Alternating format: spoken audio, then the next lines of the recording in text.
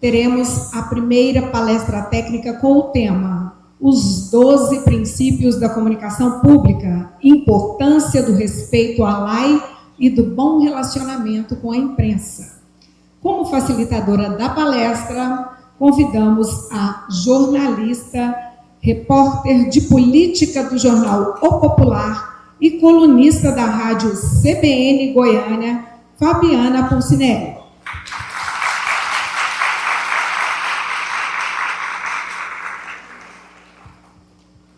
E convidamos para proferir a palestra Cláudia Lemos.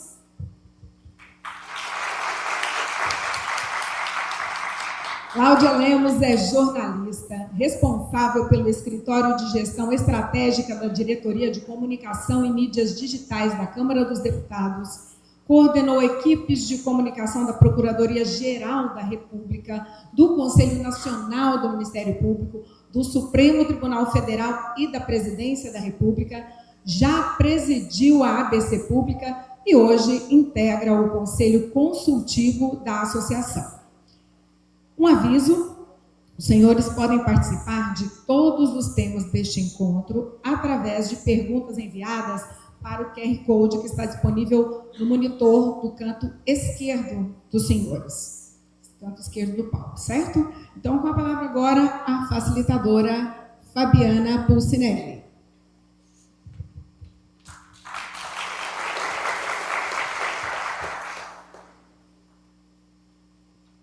Olá, bom dia a todos e a todas.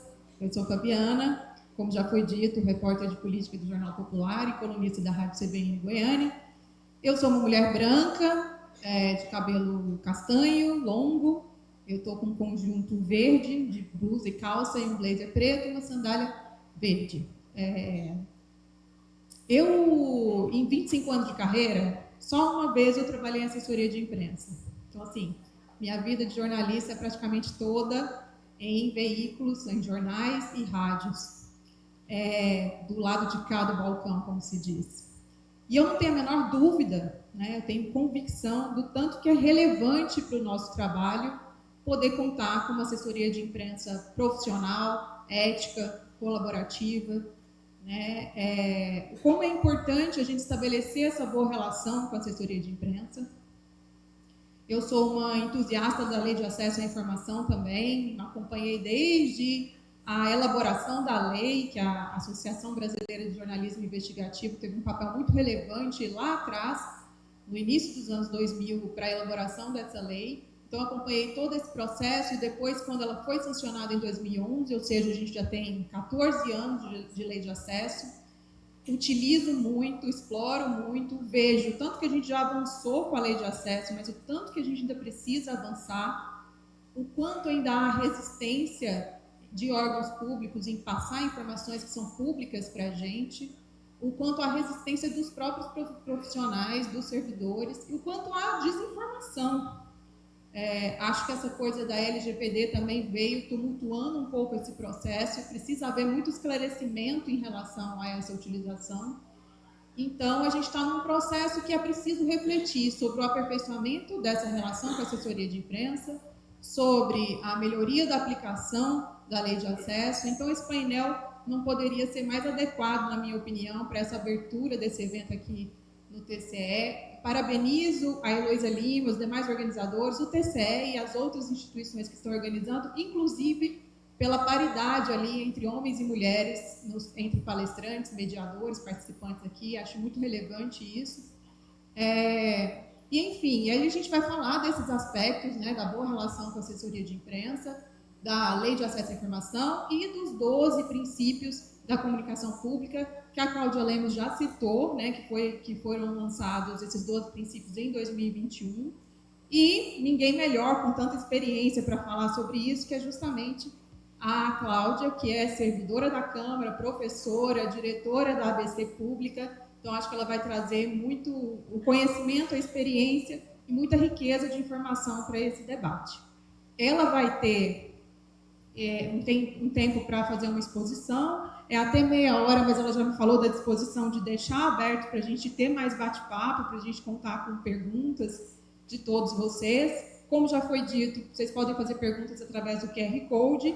Então, ela vai fazer essa exposição e depois a gente vai fazer esse bate-papo com as perguntas de vocês. Obrigada à presença de todos. Tchau, tchau.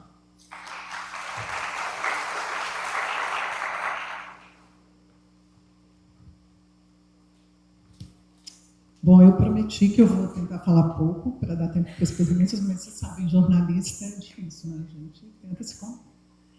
Deixa eu me ajeitar aqui com o microfone e esse negocinho.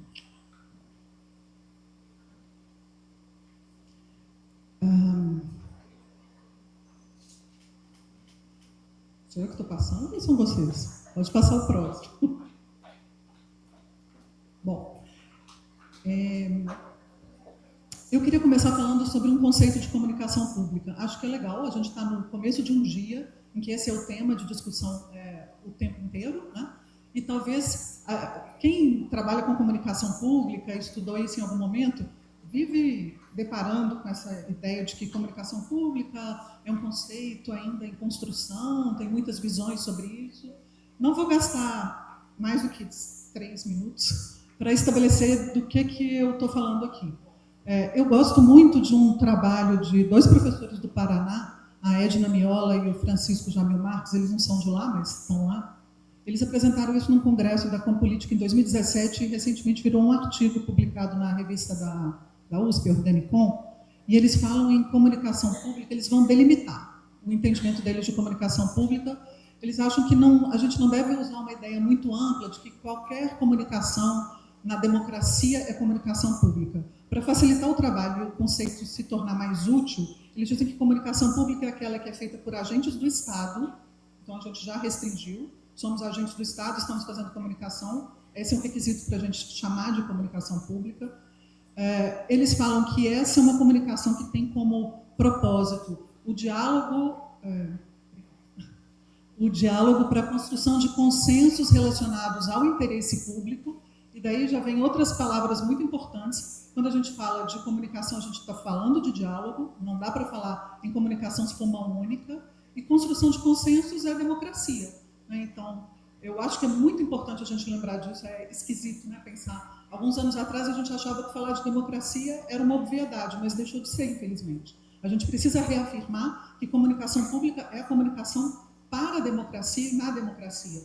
Comunicadores públicos acreditamos na democracia como um valor, né? Um valor para o Estado, para a sociedade, e é para isso que a gente está trabalhando. Reafirmando. E é uma comunicação que se faz em mídia pública ou em canais que são escolhidos, vão dizer o Jamil e a Edna, selecionados a partir de princípios republicanos. A gente pode falar disso um pouco mais adiante, mas talvez só para começar a dizer que no Brasil a gente tem uma tradição de criar mídias públicas que às vezes não existe em outros lugares. E quando eu estou falando mídias públicas aqui, eu não estou falando das mídias públicas independentes, como as TVs públicas europeias, mas as nossas que são, a gente chama de públicas porque tem esse propósito público, mas são mídias estatais. Eu estou falando da TV Câmara e da Rádio Câmara, de onde eu trabalho. Eu estou falando da TV Justiça, né, onde os tribunais de contas muitas vezes têm espaço.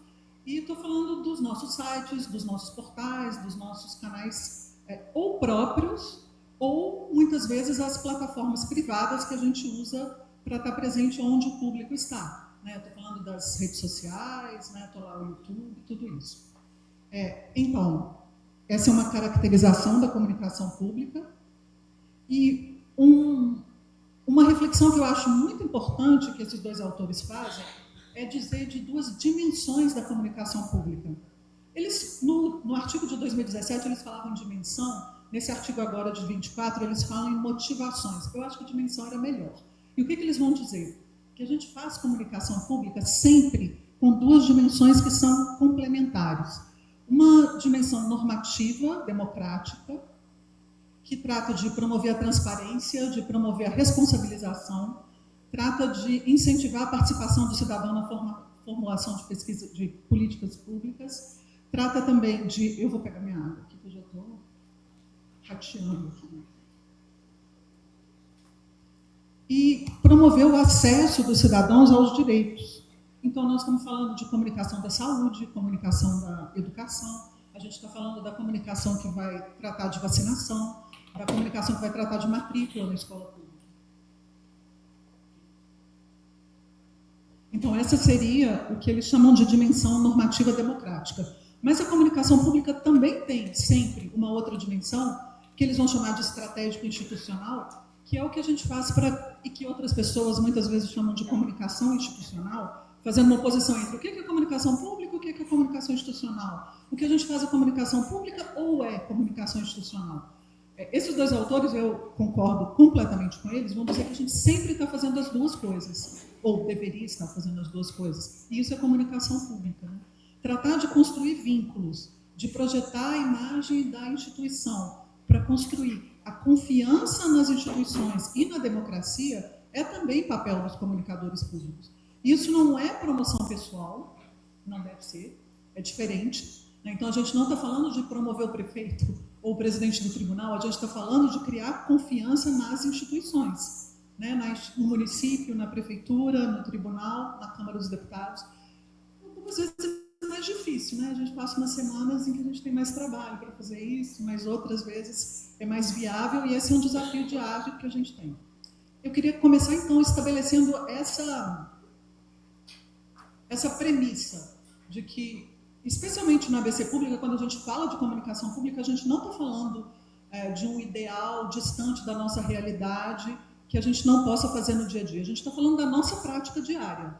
A nossa prática diária, que envolve promover a transparência, envolve também promover a confiança na instituição onde a gente trabalha.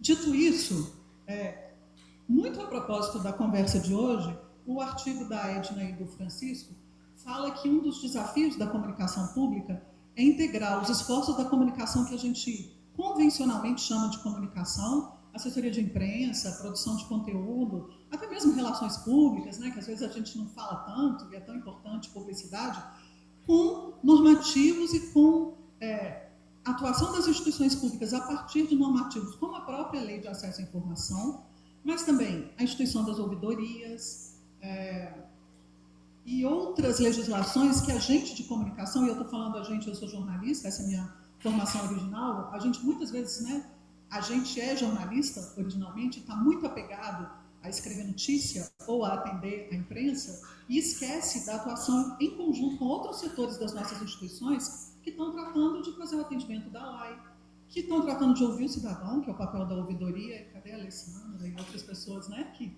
trabalham com essa ideia, estudam isso. E a gente fica lá, isolado, lá, fazendo nossa padaria, lá, nossa pastelaria de todo dia, esquecendo o coleguinha do lado que está ouvindo o cidadão, esquecendo de combinar com o outro que está respondendo à demanda da LAI, esquecendo de combinar o jogo e, com isso, perdendo muito de eficácia, perdendo muito do trabalho. Vamos falar um pouco mais sobre isso ainda. Então, chegamos aos 12 princípios da comunicação pública, talvez vocês já conheçam. Eu vou falar mais detidamente de alguns deles, tentando... Fabiana vai me ajudar com o tempo?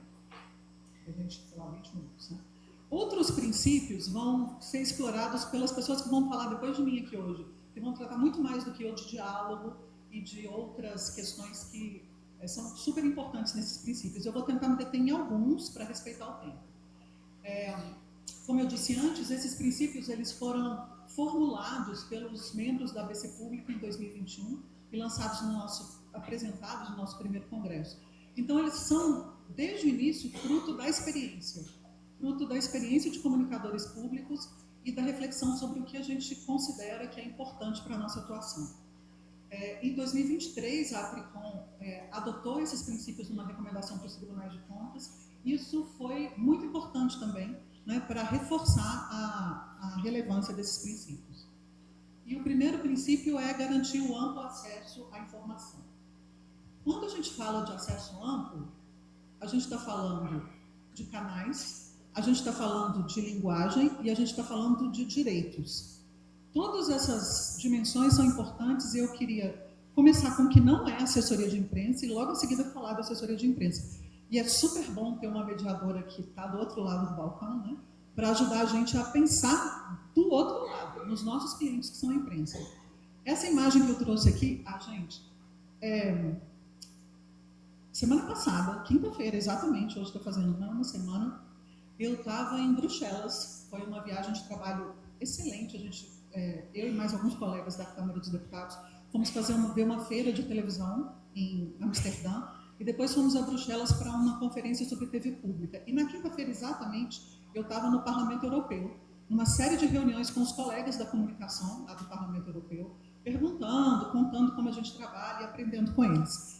E é interessante estar aqui hoje, e antes de começarmos conversando com outros colegas que têm desafios tão parecidos com... É sempre isso, né, que é maravilhoso dos nossos encontros da BC Pública. Parecidos com os meus em Brasília e parecidos com aqueles das pessoas que eu conheci em Bruxelas semana passada. A gente está em lugares diferentes e desafios, às vezes, muito, muito próximos. E a gente aprende com isso. Então, essa primeira imagem aqui ali do cantinho, está vendo que está até marcada ali de verde, porque foi para usar lá na Câmara, o ícone da TV Câmara. Isso é do stand na Feira de Amsterdã, de uma empresa chinesa que trabalha com televisão, né, com fornecimento de sinal, e é uma tela da TV 3.0. 2 semanas atrás, foi assinado o decreto da presidência que trata de TV 3.0. E nós estamos na Câmara dos Deputados, em parceria com outras TVs públicas, TV Senado, TV Brasil, lá da EBC, e construindo um template com recursos públicos, e isso está acontecendo porque a gente foi lá brigar por isso, né, por esse recurso, para levar na TV 3.0, que já começa ano que vem, acesso ao cidadão a serviços públicos por meio da TV, que é broadcast integrado com a internet. Por que eu trouxe isso para vocês? Quando a TV Justiça surgiu, a TV Câmara, a TV Senado, elas foram possíveis porque na lei do cabo, lá da década de 1990, a sociedade se mobilizou, o Estado se mobilizou para garantir acesso ao cidadão à informação pública carregada pelo sinal de cabo pelos prestadores de um serviço público, né, que é a TV a cabo. Bom, a TV a cabo, todos sabemos, está morrendo, porque a tecnologia evoluiu e quem mais assina cabo? Né? A gente assiste televisão de outras formas. E a nossa obrigação como comunicadores públicos pensar nessas novas formas. A gente já está pensando nisso, a gente está fazendo redes sociais, mas não basta. A gente tem que pensar também na legislação que garanta a nossa presença, a presença da informação de interesse público nas novas tecnologias. E queria chamar a atenção de vocês para o fato de que no Congresso Nacional atualmente está sendo discutida a legislação sobre streaming, legislação sobre redes sociais, e a nossa presença de informação pública nessas plataformas e nessas tecnologias precisa estar garantida. Então é importante que todos aqui estejamos atentos para isso. A ABC Pública está atenta, está trabalhando por isso, porque não por exemplo, quando a gente começou a participar do grupo de trabalho lá do Ministério das Comunicações sobre TV 3.0, a preocupação desse grupo de trabalho, fundamentalmente composto por empresas privadas da área de comunicação, era pensar nos aplicativos de georreferenciamento de conteúdo personalizado para vender anúncio. Precisou a gente estar lá presente, falando alto, mas falar assim, oi, peraí, mas não é só para vender anúncio que a gente vai usar recurso de TV 3.0. A gente quer recurso de TV 3.0 para oferecer serviços públicos de saúde, de educação, para oferecer alertas climáticos. Peraí, a gente também quer fazer um aplicativo, a gente quer um recurso aqui, vocês estão contratando um consórcio de universidades para desenvolver aplicativos, a gente quer o nosso também, da TV pública. É importante, eu estou dizendo isso para vocês com muita ênfase, que a gente precisa garantir esse espaço. A gente precisa estar atento e lutando para que esse espaço esteja garantido, legalmente e depois na prática, experimentando, testando e construindo essas ferramentas. Bom, isso é um lado. O outro lado, essa imagem é do Parlamento Europeu. Sabe o que é isso? Essa sala linda? É uma sala de briefing. É uma sala para entrevistas coletivas. Então, os nossos colegas comunicadores públicos lá do Parlamento Europeu, eles consideram uma prioridade, e eu acho também que apesar de eu estar dizendo que a gente tem que estar na TV pública 3.0, produzindo conteúdo próprio e colocando esse conteúdo à disposição do cidadão, eles também consideram uma prioridade atender a imprensa. Porque a imprensa não é só uma cliente, a imprensa é uma intermediária fundamental numa democracia para colocar o Estado sob escrutínio. Não basta a gente produzir conteúdo próprio, a gente tem que estar aberto a ser questionado pela imprensa, a gente tem que estar aberto a responder os questionamentos da imprensa. Eu sou antiga já, né? Currículo longo quer dizer muitos anos na estrada. E eu me lembro de uma outra viagem muito interessante que eu fiz a trabalho em 2003. Eu trabalhei na Secretaria de Comunicação da Presidência da República, um breve período em 2003. E a gente organizou uma viagem a Washington para ver a comunicação da Presidência da República de lá. E já tinha sido feita uma outra à Inglaterra para ver a comunicação do primeiro-ministro de lá.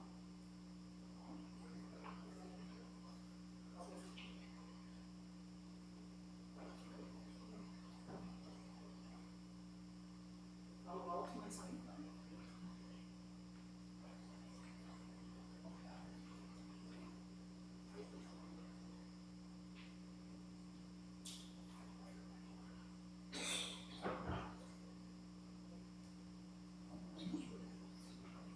Continua assim mesmo? Agora voltou? Bom, essa viagem de Washington, vocês já viram que eu gosto de viajar para Goiânia, para Washington, foi feita com o Bernardo Kucinski, que todo mundo aqui como eu deve ter lido os livros dele. Eu lembro que quando eu trabalhei na mesma sala que eu ficava assim, professor, o senhor, professor, eu gastei 3 meses para parar de chamar ele de senhor. E custava, porque eu tinha lido os livros, né? Eu ficava bem assim. E viajar com ele foi maravilhoso. Quando a gente voltou, ele escreveu um relatório para o Lula. O Lula leu, mas não sei se obedeceu muito, não. Mas recomendando isso, falou assim, olha, não basta a gente falar quando quer. Um presidente da República tem que estar disponível para ser questionado. Isso vale para o prefeito, isso vale para o presidente do tribunal, vale para o presidente da Câmara dos Deputados. É nossa obrigação estar aberto à imprensa, a ser perguntado e a responder, porque eles representam o cidadão. Quando o Parlamento Europeu faz essa sala enorme para entrevistas, é isso que ele está dizendo. Nós estamos oferecendo uma estrutura para ser questionados. Nós estamos admitindo isso lá nos Estados Unidos na época, né? Isso varia também. Tem sala de briefing, né? Tem um porta-voz que vai lá e vai responder todos os dias as perguntas da imprensa. Isso aqui é lá no Parlamento Europeu também. Eles têm estúdios, tem 6 estúdios, gente. Matar a gente de humilhação, a estrutura, uma estrutura maravilhosa. Mas vejam, esse estúdio que a gente está vendo aí sendo usado, não é para produção própria. Ao contrário da gente, eles não produzem televisão própria, eles fazem só a transmissão das sessões deles, de plenários e comissões, plenário e comissões. O estúdio é para a imprensa utilizar. É para a imprensa, é uma estrutura pública do Parlamento Europeu que pode ser reservada. Qualquer veículo de comunicação manda um e-mail para a assessoria de imprensa falando, olha, eu preciso gravar o programa tal, assim, assim, assado, dia tal, está disponível? Eles vão lá e gravam. Claro que é uma situação específica, porque é o Parlamento Europeu, então eles são uma instituição relativamente recente, que quer se legitimar, e tem todos os países membros, que não vão ter estrutura em Bruxelas, eles precisam atender. Mas, mais uma vez, isso demonstra a importância que eles dão para os veículos da imprensa. Então, não é só a gente produzir informação, é a gente oferecer condições para a imprensa trabalhar. Isso é fundamental para garantir a transparência. Isso é fundamental para que a comunicação não seja unilateral e pautada apenas pelo interesse da instituição. O segundo princípio que eu queria mostrar aqui, vou passar aqui na coluna, fala de diálogo e de direito, né? Então, reforçando essa ideia de que nós, comunicadores públicos, devemos tratar a informação como um direito do cidadão, e temos a obrigação de atender esse direito. Eu estava revisando alguns documentos sobre a lei esses dias, né, pensando em conversar com vocês, e tem uma cartilha muito boa da CGU do ano passado, de 2024, talvez vocês conheçam, que tem muitas orientações práticas e muito assertivas sobre como municípios e estados podem construir seus portais e atender os princípios da lei. Mas eu vi também uma cartilha do Senado Federal, que eu falo mal da Câmara, eu falo mal do Senado também, né, de todos. Que, assim, é muito impressionante como a gente tem coragem, um órgão público, de fazer uma cartilha que fala cartilha de orientações sobre a lei. Aí tem uma página sobre direitos e 10 páginas sobre sigilo, sobre todas as exceções ao direito. E isso diz um pouco do que a Fabiana falou antes, né? Como que a cultura da transparência ainda precisa muito de amadurecer entre nós, o serviço público. Né? Assim, tem todas as situações que você não pode falar, você não pode falar da planta do Senado, porque isso é um perigo para a segurança. E até mesmo, lá no parlamento eu perguntei, a gente queria fazer na Câmara um GPS interno. A Câmara, quem já foi à Câmara dos Deputados em Brasília sabe que é um labirinto, né? Então, alguns deputados até do Conselho de Comunicação deram ideia, vamos fazer um GPS interno para a pessoa que vem aqui visitar se orientar? E a TI e a segurança disseram que não. Eu perguntei lá no Parlamento Europeu, achando que eles talvez falassem para a gente, pode sim, né? Vamos fazer. E para eu chegar aqui e usar o argumento de autoridade externa, a gente também não faz, por uma questão de segurança. Então, às vezes acontece, né? A gente tem que falar, é verdade, e está muito no DNA de jornalista querer informar, mas tem constrangimento, sim. Mas o constrangimento deve ser a exceção e não a regra. E a gente precisa se acostumar com isso ainda.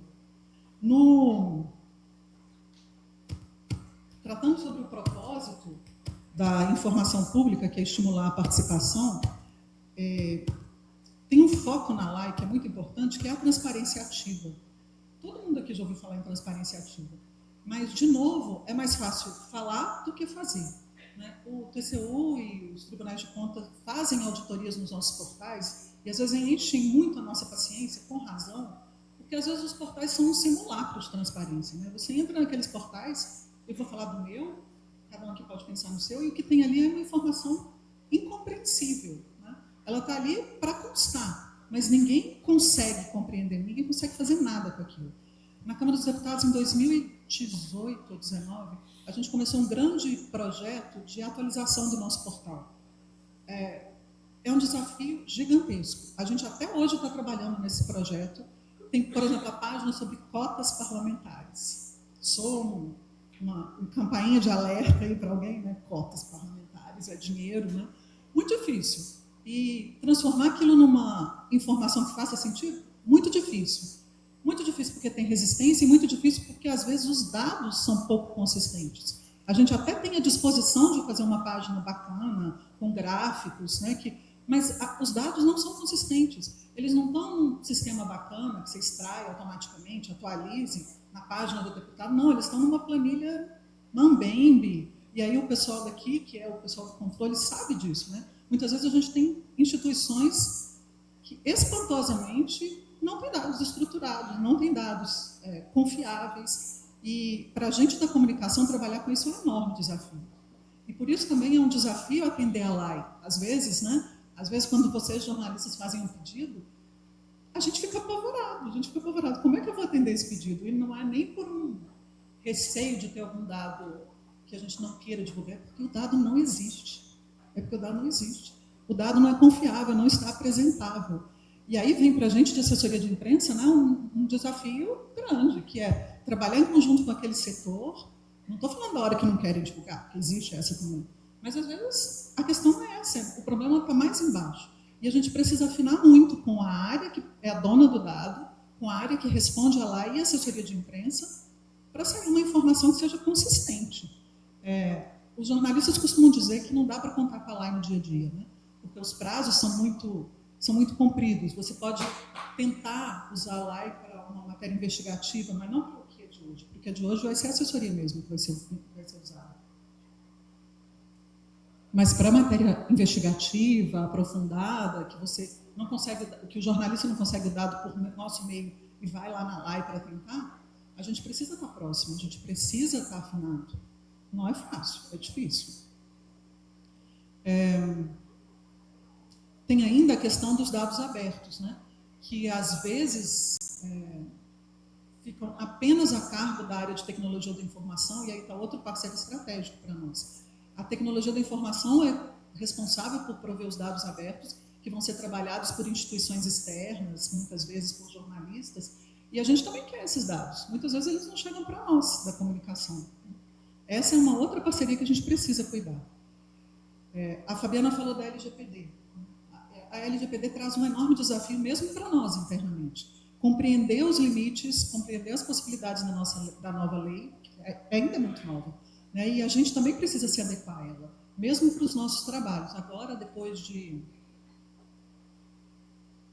nem sei quantos meses, a gente estava aguardando um parecer da Advocacia da Câmara para autorizar a coleta de dados no nosso portal para a gente oferecer conteúdos personalizados. Eles demoraram estudando, porque eles tinham receio por causa da LGBT. né? Quais seriam os limites? Então, essa também, esse parecer, se alguém quiser depois, a gente pode, né, compartilhar, porque são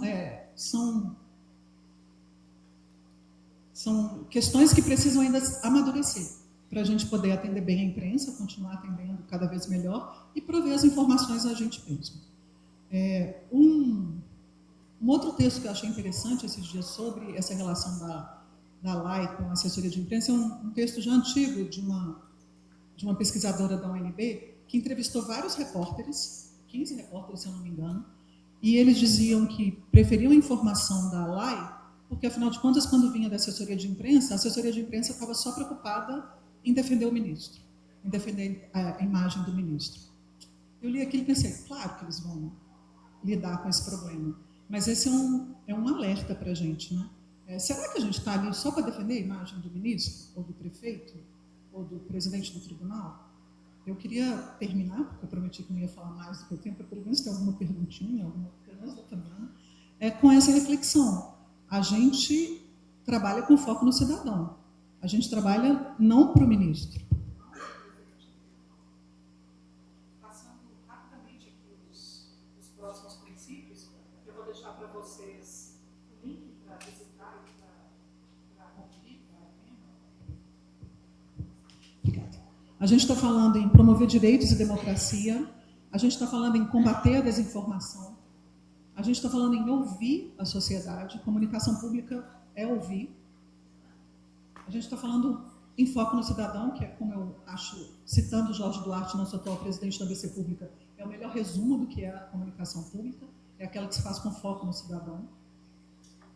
A gente está falando em ser inclusivo e plural, e não vai dar tempo, mas talvez a Fabiana possa falar isso a gente nos próximos debates, do enorme desafio que é fazer assessoria de imprensa hoje, nesse mundo de influenciadores, de internet, em que a gente não tem mais muito claro o que é o veículo de comunicação que a gente atende. Por exemplo, no comitê de imprensa da Câmara dos Deputados, isso é um problema. Quem é que vai ter cadeirinha no comitê de imprensa e quem é que não vai ter cadeirinha? É uma questão prática, às vezes, né? Como é que a gente vai dar atenção para essas pessoas que chegam à assessoria e não são exatamente jornalistas, né? Não são os veículos que a gente se acostumou a atender e que tem um padrão jornalístico de informação. E tratar a comunicação como política de Estado, garantir impessoalidade, e outras pessoas vão falar disso mais tarde, pautar-se pela ética, e já falamos disso mais cedo na abertura, e atuar com eficácia por último, né? Isso já foi dito aqui também, e é um enorme desafio para a gente. Eu tinha trazido alguns exemplos de inteligência artificial, mas eu acho que a gente vai ter tempo para falar isso mais tarde em outros painéis, né? Como é que a gente pode usar a inteligência artificial a nosso favor para aumentar a nossa eficácia hoje? Por exemplo, a colega que é editora-chefe da agência Câmara, lá na Câmara dos Deputados, criou um prompt, usando o ChatGPT mesmo, em que ela alimentou com o nosso manual de linguagem simples, o nosso manual de comunicação, para ajudar na revisão dos textos que são produzidos pela agência. Isso é um uso muito simples, mas é um uso eficaz para aumentar a nossa qualidade de informação. Obrigada a vocês pela atenção e um bom dia de trabalho para mim.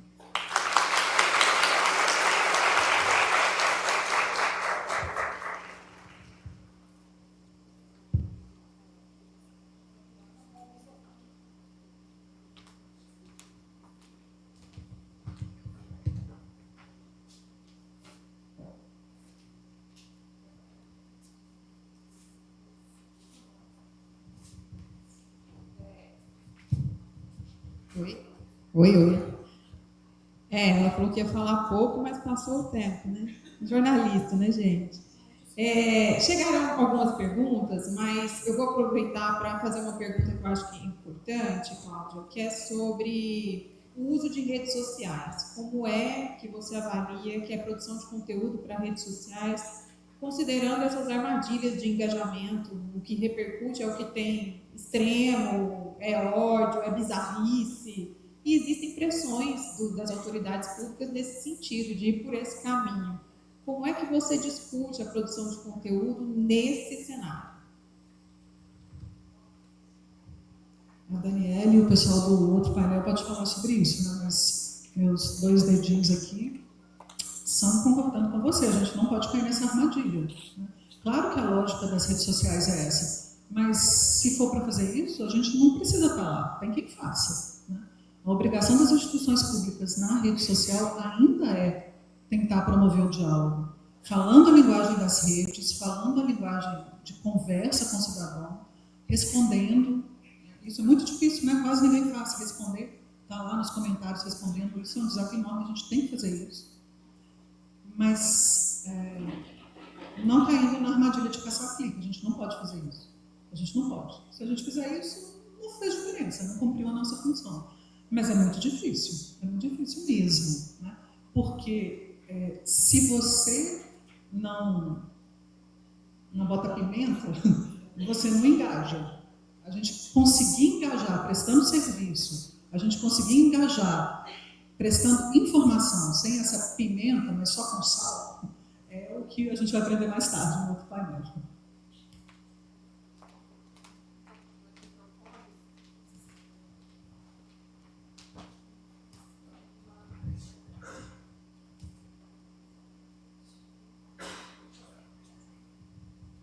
Perder tempo não. Uma pergunta que chegou da plateia é a seguinte: o STJ decidiu que prefeitos que divulgam ações de sua gestão em páginas pessoais podem incorrer em improbidade administrativa.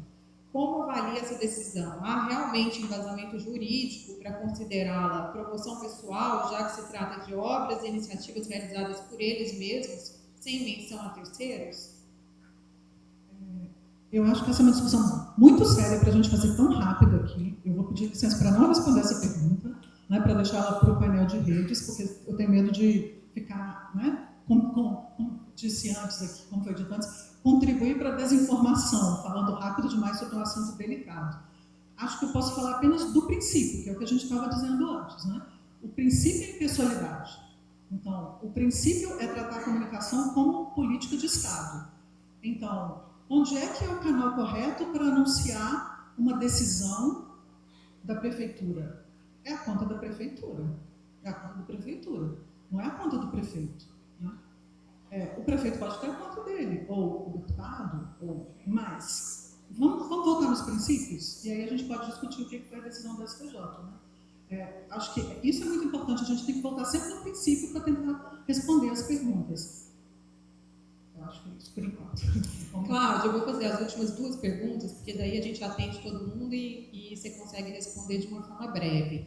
Um pouco do que você falou, a relação entre jornalistas e assessores de comunicação muitas vezes é tensa. Como fazer com que essa relação seja positiva para os dois lados? E a outra pergunta é, para os jovens comunicadores se integrando no mercado de trabalho, quais foram os primeiros passos que você tomou para ingressar na comunicação pública? Sobre a primeira pergunta, eu acho que a relação entre o assessor e o jornalista sempre vai ser um pouco tensa mesmo, e é bom que seja. Não é porque senão um dos dois ali não está fazendo bem o seu trabalho. Né? O papel do jornalista é pressionar, é ir mais além. E isso não é ser desrespeitoso, isso não é ser irresponsável, eu estou falando do bom jornalista, né? Que vai lá pressionar por mais informação, com seriedade, com responsabilidade. E a gente, que é assessor, muitas vezes está no meio do caminho. Você sabe que a informação é direito, mas como eu estava dizendo antes, tem dificuldades, né? Tem dificuldades. Às vezes o dado não está disponível, às vezes não é o momento. Trabalhando no Ministério Público, eu lembro da gente, né, discutir qual é o momento de divulgar uma investigação. É durante a investigação? Não, talvez não. O membro do Ministério Público ou do Tribunal de Contas não tem uma convicção formada. Você vai expor um investigado, antes de você ter uma convicção sobre aquilo, vai atrapalhar a investigação, vai acabar com a reputação de alguém. O jornalista pode querer essa informação e talvez não seja o momento. Então vai ser uma relação respeitosa, na melhor das hipóteses, de confiança que você constrói ao longo do tempo, com seriedade de parte a parte, né, dizendo os limites de cada um, e isso é muito possível de construir, a gente faz isso. Né? Tem jornalistas que respeitam os assessores, inclusive quando o assessor fala, olha, essa informação a gente não tem agora. Francamente, a gente não pode dar agora. Ou essa informação eu vou trazer para você amanhã, hoje eu não tenho. Mas vai ser tensa, sempre vai ser uma relação tensa. Sobre começar na profissão, eu não vou contar a história agora, não dá tempo, é longa, a história é longa, mas eu acho que no mundo de hoje, quem está começando na profissão pode estar muito atento ao fato de que dados da FENAGE mostram, né, que mais de 40% dos jornalistas trabalham em instituições e não na imprensa. Então, esse é um lugar de trabalho importante. E é um lugar de trabalhar muito gratificante. Eu tenho muito orgulho de trabalhar no setor público. No setor privado também a gente vê propósito. Eu trabalhei na iniciativa privada. Mas no setor público, dá uma alegria tantas vezes, né? Claro que é uma labuta diária, mas você vê o propósito que você está fazendo. E aquilo é um estímulo para o trabalho, é um estímulo para fazer uma carreira. Né? Para você falar assim, não, esse trabalho que eu estou fazendo tem sentido. Né? Tem um produto que contribui para o mundo ser melhor. Isso é uma bobagem? Não é uma bobagem. Né?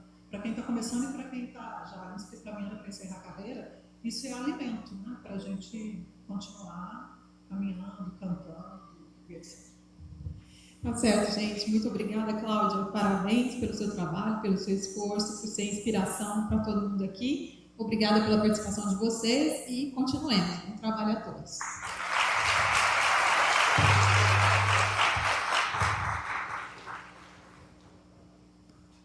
Agradecemos a participação de Cláudia Lemos e Fabiana Pulcinelli.